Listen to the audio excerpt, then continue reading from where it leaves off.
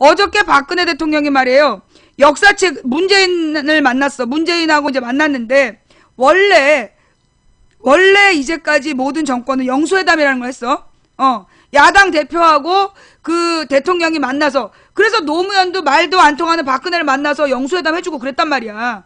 그럴 때 주변에 누구야 대변인을 데리고 가서 기록하고 그런 역할을 했다. 그게 상식적인 원래 대통령 회담은 그렇게 하는 기본적인 룰이었던 거야. 상식.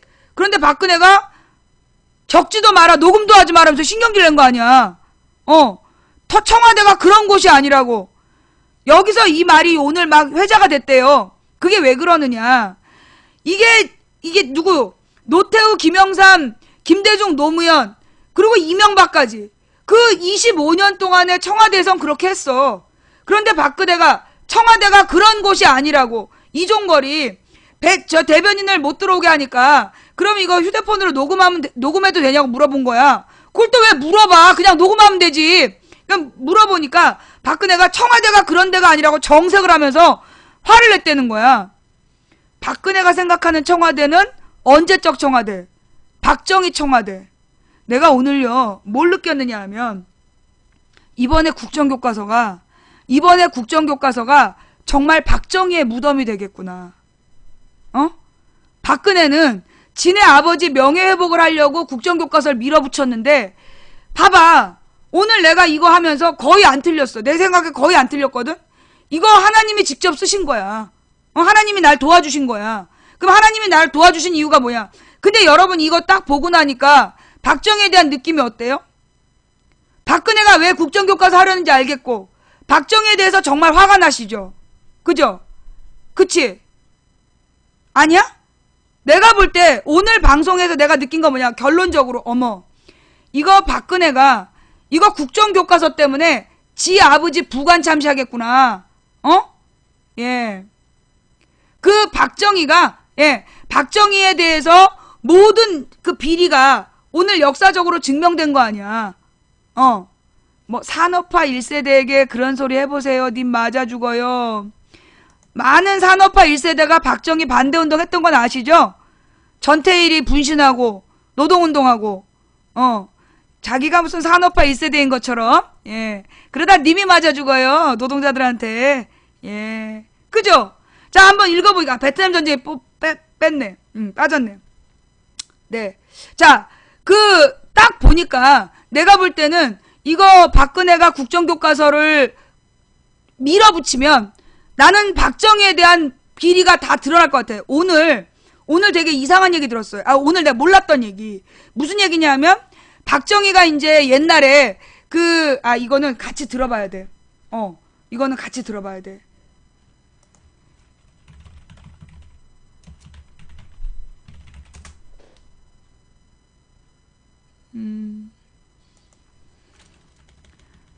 야, 이건 따로 검색도 안 되는구나. 예. 오늘 CBS 라디오 CBS 라디오에서 아침에 이제 7시부터 하는 이재웅의 저기가 있어요. 아니 왜들 이래? 예. 그 이재웅의 어디 갔지? 음악 FM 말고 표준 FM 다시 듣기로 들어가서 보면 아침 뉴스로 가서 보면 오늘 방송에 오늘 방송 다시 듣기로 들어가서 보면 또 로그인을 해야 되네. 에이. 자, 여러분 혹시 있잖아요. CBS 로그인을 하실 수 있는 분들은 가서 이재용의 뉴스쇼를 들어봐. 그럼 이제 거기 무슨 내용 그래. 내가 오늘 여기 듣고 있었던 거 들려줄게요. 야 이런 방법도 있구나. 자 그래.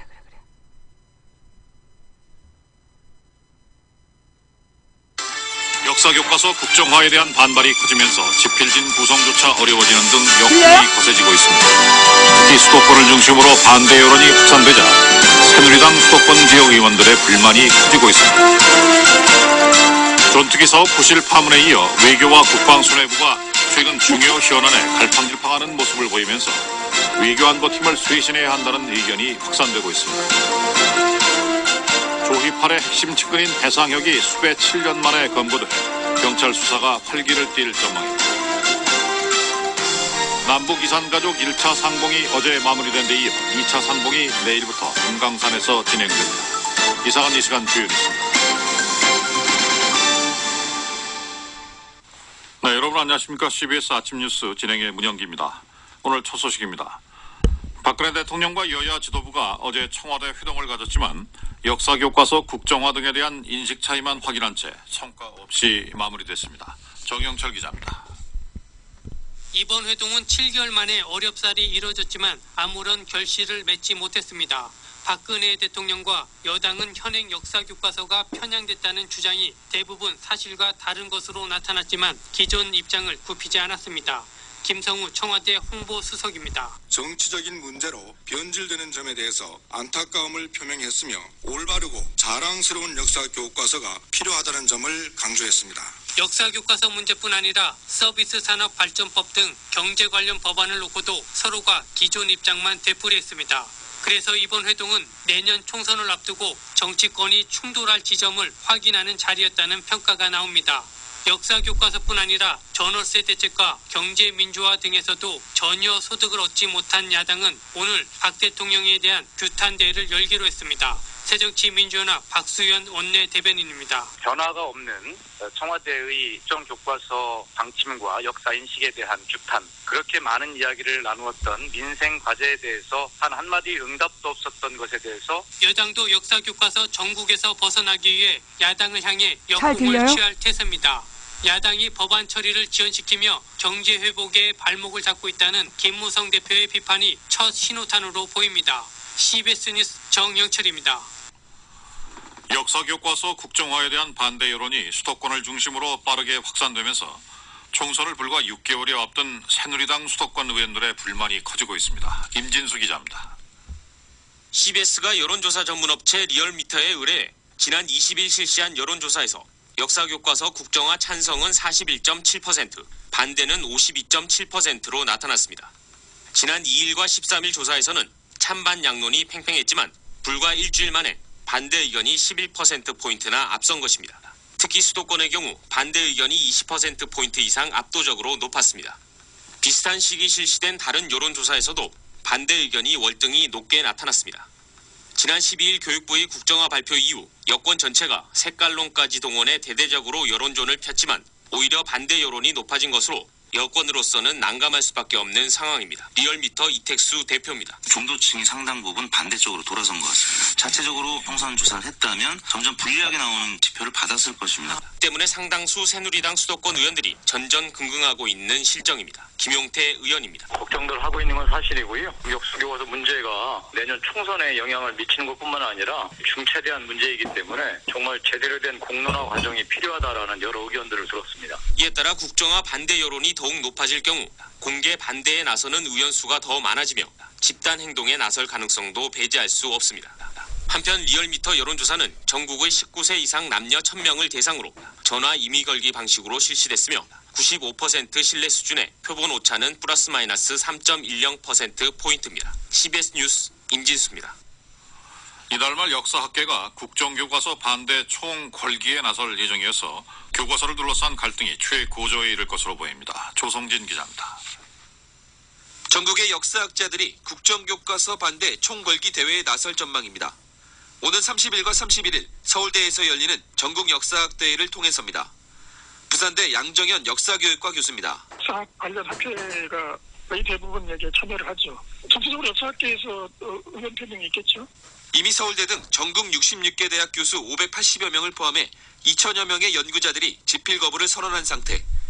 학계에선 대통령과 교수들의 충돌이 유신체제인 지난 1978년 일어난 전남대 교육지표 선언의 전국판이 될 것이라는 의견도 나옵니다. 교육지표 선언은 전남대 교수를 중심으로 박정희 전 대통령의 비민주적 교육정책에 반발한 사건입니다. 전국 주요 대학 교수들 역시 동참하려 했지만 사전에 발각돼 뜻을 이루지는 못했습니다. 전남대 최영태 교무처장의 말입니다. 전부 붙잡혀 갔다가 다른 분들은 다 이제 석방이 되고 송기숙 교수만 형을 살게 되었어요. 그리고 해직이 되었고 배경에 깔려 있는 것은 비슷하죠. 국민들을 갖다가 회기라 하고. 교육 장악을 위한 박 대통령 부녀와 학계 간 전쟁이 이제 2라운드에 접어들고 있습니다. CBS 뉴스 조성진입니다. 점점 확산되는 국정화 반대 여론은 사학과 교수들의 집단 집필 거부와 함께 중고교, 대학가에서 풍자적인 대자보가 내걸리면서 급속히 확산됐다는 분석입니다. 구영애 기자입니다. 일부 역풍이 있더라도 역사교과서 국정화가 일사천리로 진행될 것이라는 당초 정부 예상과 달리 정권의 부담으로 작용하기 시작했습니다. 각종 여론조사 결과 수도권과 충청에서 반대 여론이 찬성을 크게 앞질러 정부 여당을 당혹시키고 있습니다. 그렇다면 국정화에 대한 반대 여론이 언제부터 돌아서기 시작한 것일까요? 이택수 리얼미터 대표는 지난주 역사학자들의 집필 거부 선언과 함께 대학교의 대자보가 큰 반향을 일으킨 것으로 분석했습니다. 대학교에서 오랜만에 대자보 등장하면서 반대하는 글들이 올라왔었는데 거기에 대한 반향이 좀 컸던 것 같아요. 대학가에는 국정화를 희화화하는 북한 성명서를 패러디한 대자보가 나붙었고 즐기지만 촌철살인하는 시위문화가 다시 부활했습니다. 특히 새누리당인 내걸은 우리 아이들이 주체 사상을 배우고 있다는 플래카드는 역풍에 결정적 한방을 가했습니다.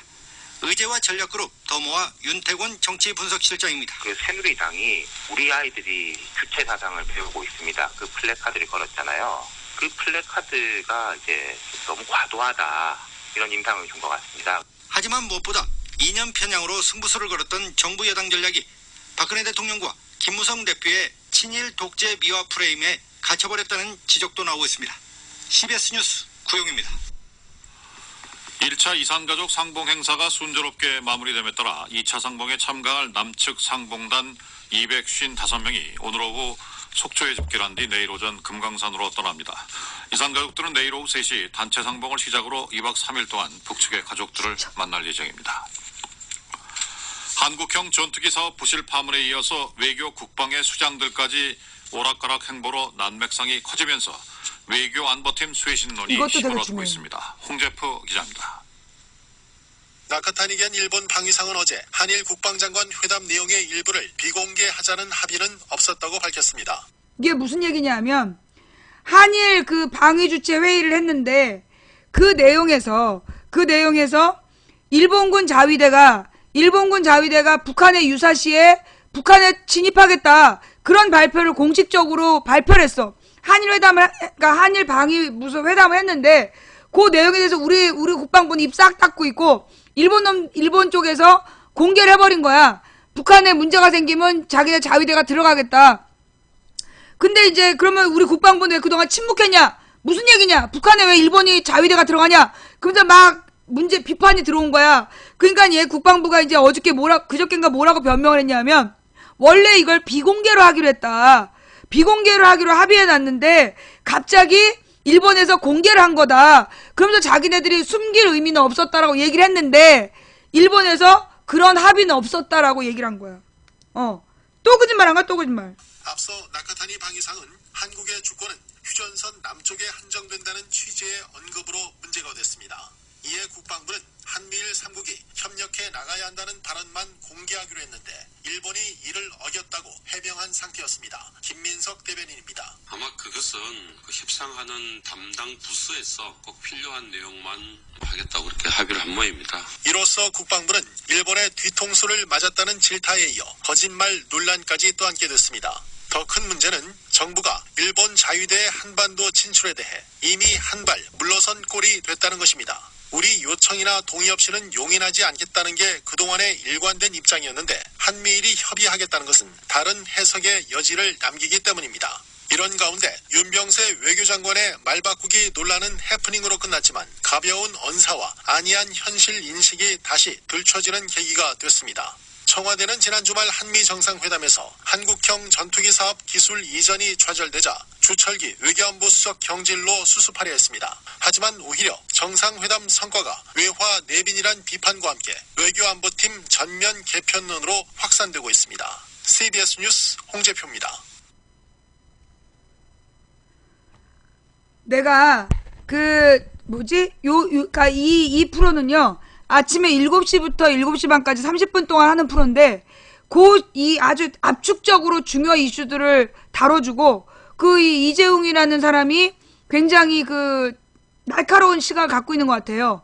그래서 되게 들을만해. 아침 7시부터 7시 반까지 압축적으로 듣는 요 시간. 그리고 이제 더 앞에는 6시에 누구지? 김덕기인가? 김덕기란 사람이 진행하는 김덕기의 모닝 머시기가 있어. 그것도 같이 확인해볼까? 이름이 뭐더라? 잠깐만요.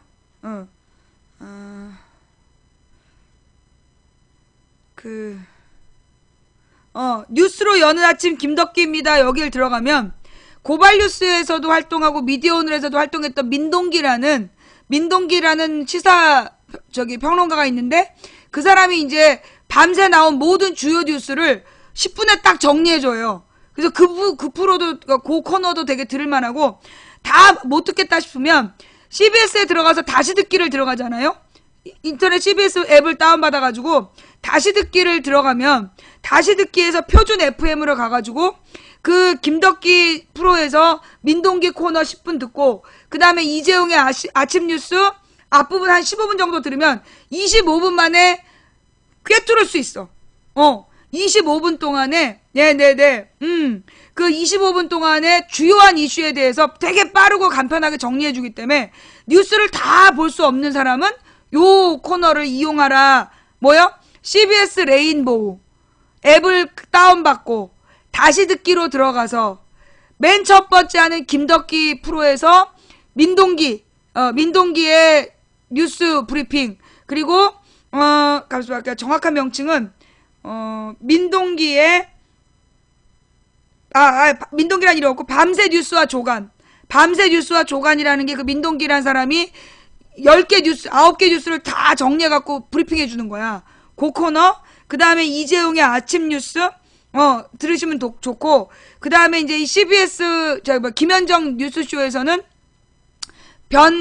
변상욱 대기자, 권영철 기자, 김성환 기자, 그 코너를 들으시는 게 시간 낭비 안 하는 거예요. 아주 좋은 것 같아. 이거 다시 듣기. 그거 듣고, 그 다음에 저녁대로 가면 누구냐, 정관용 선생님 나오잖아요? 예, 저녁 때 하는 정관용의, 여기 다시 듣기는 이건 없구나. 있다. 시사자키 정관용입니다. 6시부터 8시.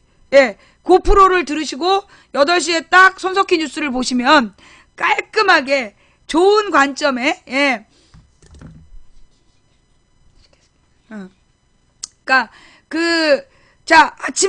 아침에 이제, 바쁜 일 다 보시고, 망치부인 2시부터 봐. 그 다음 6시부터 8시까지 정관용을 들어. 8시부터 10시까지 손석희 들어. 그리고 아침에 망치부인이 듣고 있는 것처럼 아는 척 하고 싶으면 같이 이 CBS 아침 프로를, 골라서 들어.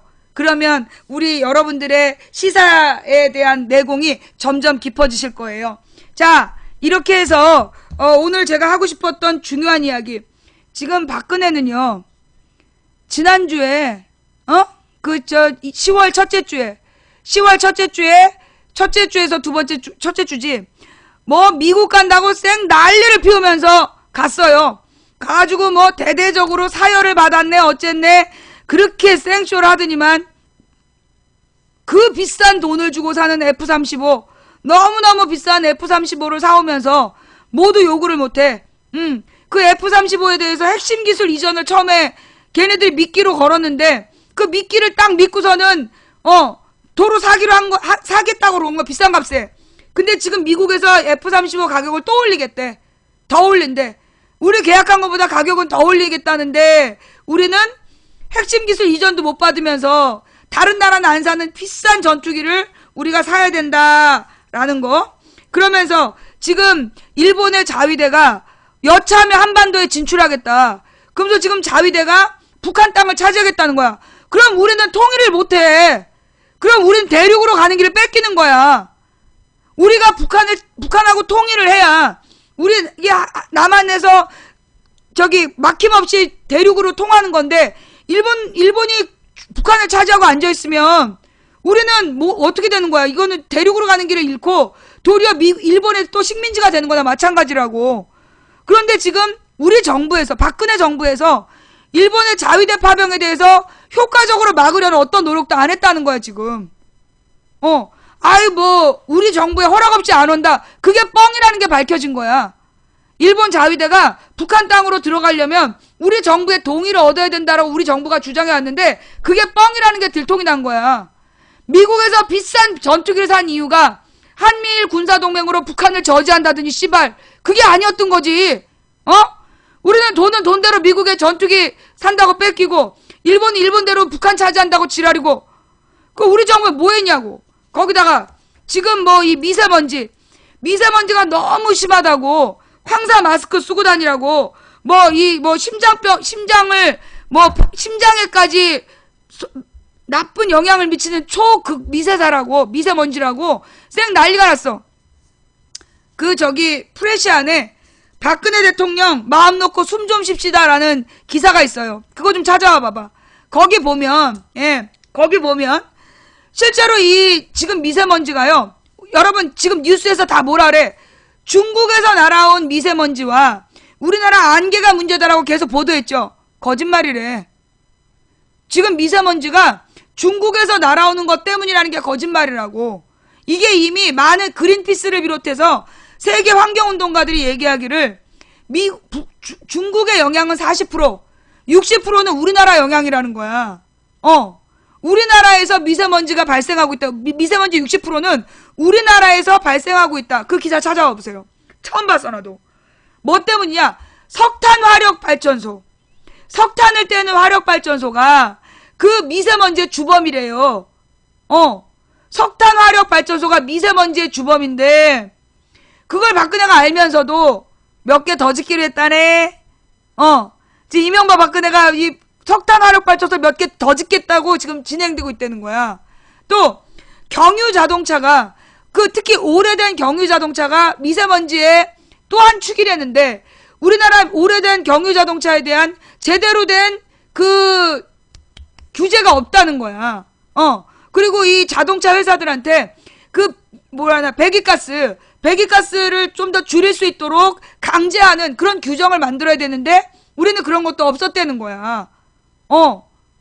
기가 막히죠. 예. 그러니까 그 화력발전소, 석탄을 떼는 화력발전소가 미세먼지의 주범, 그 다음에 경유자동차 이런 것들이 미세먼지의 주범인데 그 밖에도 우리 정부에서는 미세먼지를 줄이기 위한 어떤 노력도 없었다는 게 중요한 거야.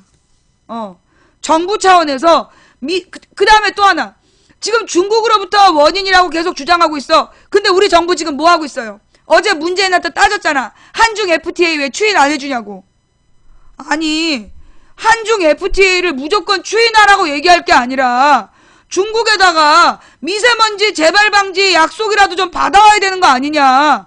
우리 쪽으로 오는 미세먼지가 발생하지 않도록 중국 내부에서 배기가스를 신경 쓰는 규제를 강화시키면 우리나라로 직접 날아온 미세먼지 양을 줄일 수 있단 말이야.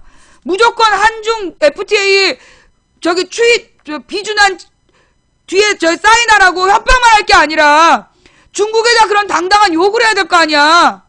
왜 못하는 건데? 말을 못해서. 사진 찍다는 말을 못 알아들었고 왔다 갔다. 너무 무리야. 너무 무리했네. 거기까지 생각을 못한 거야. 사진 찍지 않는 말을 못 알아듣고 왔다 갔다. 아유. 네. 그 다음 한 가지만 더 마지막으로. 어제 이건희가 200억을 청년 희망펀드에다가 기부한다 그랬잖아. 그래갖고 그랬죠. 그래서 내가 문제제기했잖아. 야, 이건희가 식물인간인데 뇌사 상태인데 어떻게 기부했냐면서 한방 질렀잖아. 해명이 나왔어. 이건희 명의로, 이건희의 이름으로 기부를 했다는 거야. 삼성에서. 그러면서 이건희가 200억을 기부해서 청년희망펀드 300억 달성이라고 광고를 한 거야. 많이 얻었다고. 많이 이제 기부받았다고. 그런데 도리어 그러면 이건희 빼놓고는 그 펀드에 가입한 사람이 100억밖에 안 된다는 거냐. 그래갖고 뽀록났대잖아. 인기 없는 청년희망펀드. 이건희의 그 기부 사건을 막 널리 전파하다가 박근혜의 야심작 청년희망펀드가 시장에서 외면당했다라는 결정적 증거가 그냥 뽀롱이 났대요. 원래 몰랐는데 참 대단해요. 그 밖에도 여러분 요즘에 학교 학생들이나 각종 단체에 통일 나눔 기부? 통일 나눔 기부라는 걸 강요하는, 막 학교나 이런데 통일 나눔 재단이라는 데에 기부를 하라고. 근데 기부 안 하는 이유를 써서 내라 이러면서 강제로 지금 기부를 받는다는 제보가 끊이질 않아요. 도대체 여기서 받는 기부는 얼마나 받고 그 돈 어디다 쓰는지 이거 국정조사 좀 해봐야 될 것 같아. 진짜 하고 싶은 말은 많았는데 오늘 괜히 역사 공부하느라고 그 옛날 얘기 끄집어내느라고 그냥 시간을 다 보냈네. 오늘 방송이 어떠셨는지 모르겠어요. 예, 오늘 방송이 좀 마음에 안 드셨다라면 좀 죄송하고요. 예, 오늘 방송이 마음에 드셨다라면 추천 부탁드리고요. 오늘 방송이 열리자마자 달려와 주신 모든 분들께 감사드립니다. 예. 그리고 달려오셔서 오시자마자 추천해 주신 모든 분께 진심으로 감사드립니다. 그리고 추천해 주신 2961분께도 진심으로 감사를 드립니다. 그리고 오늘 후원해 주신 한 분 한 분께 진심으로 감사드리면서 감사한다는 인사 말씀 못 드린 점 대단히 죄송합니다. 그럼에도 불구하고 여러분의 후원은 망치부인에게 귀하게 쓰이고 있다는 거 이해해 주시고요. 제가 별풍선 쏘실 때마다 인사를 하면 많은 분들이 나는 별풍선도 못 쏘니까 불러주지 않는구나 그럴까봐 제가 안 부르는 거예요. 죄송합니다. 그게 서운하시면, 이름 안 불러줘서 서운하시면 안 쏘셔도 됩니다. 예, 또 오늘 수고해주신 우리 매니저님들 고생하셨고요. 또 팟캐스트와 유튜브에 올려주시는 참새상님, 여비고님, 그리고 그 풍행국님 진심으로 감사드립니다. 그분들 올리실 때요, 뭐 이렇게 뭐라 그러나 저한테 아무것도 바라시는 거 없이 그냥 사명감으로 올리시는 거예요. 이 팟캐스트로 들으실 때는 오늘 방송 재미없을 것 같아요. 화면을 볼 수 없어서.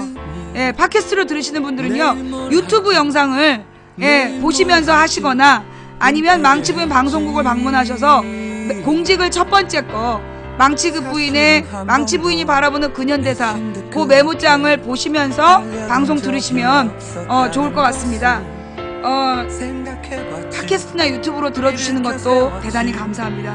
근데 우리 한국에 계신 분들은 가능하면 우리 아프리카 생방송 같이 시청해 주시는 게 저에게 가장 큰 응원이 된다는 말씀 전해드리면서 오늘 방송 마무리할게요. 사실 방송을 끝날 때마다 오늘 방송 좀 부족했던 것 같아. 늘 그런 생각이 들어요. 방송을 끝낼 때마다 오늘 좀 산만한 것 같아. 오늘 좀 내용이 부족한 것 같아. 내일은 좀 더 잘해야지. 그래서 다음날 더 잘하려고 그러는데 더 잘 안 되는 것 같아. 그래서 제가 잘하고 싶은 마음은 깊은데 이 욕심이 많아서 그런지 잘 방송이 안 되는 것 같아. 그럼에도 불구하고 부족한 방송을 재밌게 들어주신 여러분께 진심으로 감사를 드립니다.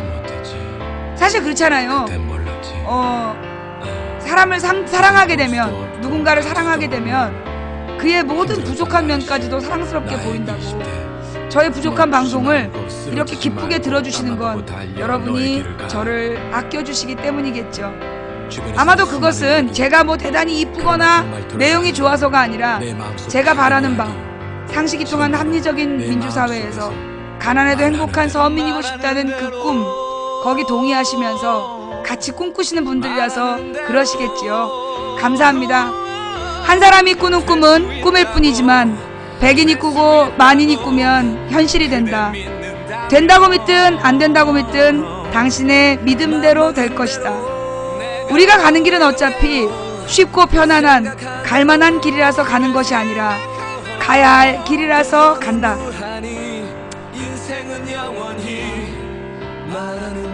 이 길을 찾고 있다는 거구나. 네. 자, 여러분, 누군가 간절히 소망하면 온 우주가 그를 위해 움직이기 시작한다 라는 말을 믿으시면서 오늘 방송 여기까지 할게요. 함께 해주신 모든 분들께 진심으로 감사를 드립니다. 다음 방송은 제가 내일 원래 모바일 방송을 한다 했잖아요. 예, 길거리 모바일 방송을 하기로 했는데 지금 이게 원래 가기로 했던 영덕이 폐기되면서 제가 이제 내일 갈 곳을 못 정했어요. 그래서 제가 만약에 도봉산 입구라도 공기가 좀 깨끗하면, 목이 지금 너무 아프니까 공기가 좀 깨끗해지면 도봉산 입구에서라도 잠깐 모바일 방송을 하고, 아니면 뭐 이도저도 안 되면 실내 방송이라도 할게요. 예, 내일도 방송하고 일요일도 방송하고, 가능하면. 예, 그리고 목 상태가 좀 너무나 안 좋다 싶으면 내일은 쉴 수도 있습니다. 그렇지만 일요일 저녁 8시, 예, 일요일 저녁 8시 방송은 꼭 할 거니까요. 예, 일요일 저녁 8시에 망치부인 방송 보러 오세요. 다음 생방송은 일요일 저녁 8시. 어쩌면 내일은 보너스 방송을 할지도 모릅니다. 아! 마지막 공지. 10월 27일 화요일 저녁 6시. 10월 27일 화요일 저녁 6시. 망치부인 광화문 갈게요. 늦더라도 갈게요. 예. 그 10월 27일 화요일 망치부인이 광화문에 갈 거니까 가능하신 분들 광화문으로 오셔서 그날 좀 야당이 제대로 야당답게 잘하라고, 예, 한마디 하러, 예, 좀 힘 좀 주러 갑시다. 예. 그래서 알아두셔야 될 거, 일요일 저녁 8시, 화요일 저녁 6시, 그리고 화요일 날 2시에 생방송은 할 거고요. 내일은 사정이 되면 할게요. 감사합니다. 망치분이었고요. 다음 생방송에서 만나요. 감사합니다. 내용이 없는 방송이 더 길어지는 것 같아. 그죠? 막 이렇게 산만하고 좀 내용이 부족할 때 더 길어지는 것 같아. 그래서 문제는 뭐냐면 목이 다 나갔다는 거야. 내일은 하루 쉬는 게 좋을 것 같아. 목이 좀 나아지면 나가볼게요. 생방송 재방송 지금부터 재방송 시작하겠습니다. 예, 지금부터 재방송 보시면서 추천 안 하신 분들 꼭 추천해 주시기 바랍니다.